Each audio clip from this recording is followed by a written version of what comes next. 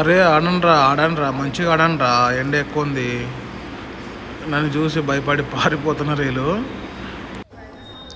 Hello guys, చూడండి పిల్లలు swimming pool లేక ఎలా యూస్ చేస్తున్నారు. ఈ పంపు సెట్ దగ్గర ఒక సంప్ అయితే పెద్దది ఉంది, అందులో బోర్ వాటర్ స్టోర్ చేసి ఆవులకి మేకలకి అలా ఎండాకాలంలో ఇట్లా నీళ్ళు నింపి పెడుతుంటారు. కానీ ఎవరు లేని టైంలో పిల్లలు ఇలా స్విమ్మింగ్ పూల్ లాగా ఎంజాయ్ చేస్తున్నారు. నాకైతే చాలా నచ్చింది పిల్లలు ఇంత సంతోషంగా ఆడడం అనేది, ఫస్ట్ టైం చూస్తున్నా. కానీ స్విమ్మింగ్ పూల్ అయితే సిటీలో అయితే ఉంటాయి కాబట్టి పిల్లలు ఇంత మంచిగా ఆడుతున్నారంటే, పిల్లల కోసం ఇటువంటి సంపులు అయితే 2 feet 2.5 3 feet కట్టేస్తే మంచిగా ఆడుకోవచ్చు పిల్లలు, నాకు తెలిసిన వరకు అయితే.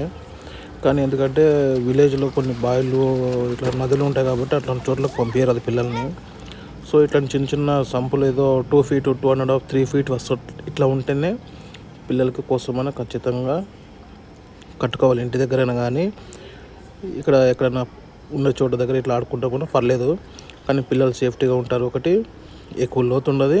సో ఇంత చిన్నగా ఉన్నా పర్లేదు, పిల్లలు హ్యాపీగా ఫీల్ అవుతారు అనమాట. నాకు తెలిసి వీళ్ళకి కరెక్ట్గా సరిపోయింది సంపేది. 2.5 feet ఉంది, కానీ ఎంత సంతోషంగా ఆడుతున్నారంటే పిల్లలు చాలా సంతోషంగా ఆడుతున్నారు.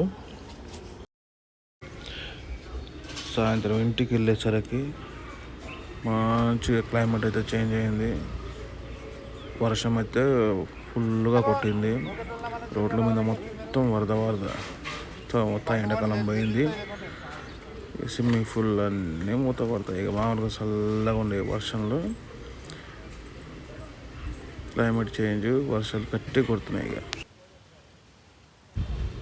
ఓకే ఫ్రెండ్స్, బాయ్, నెక్స్ట్ వీడియోలో కలుద్దాం.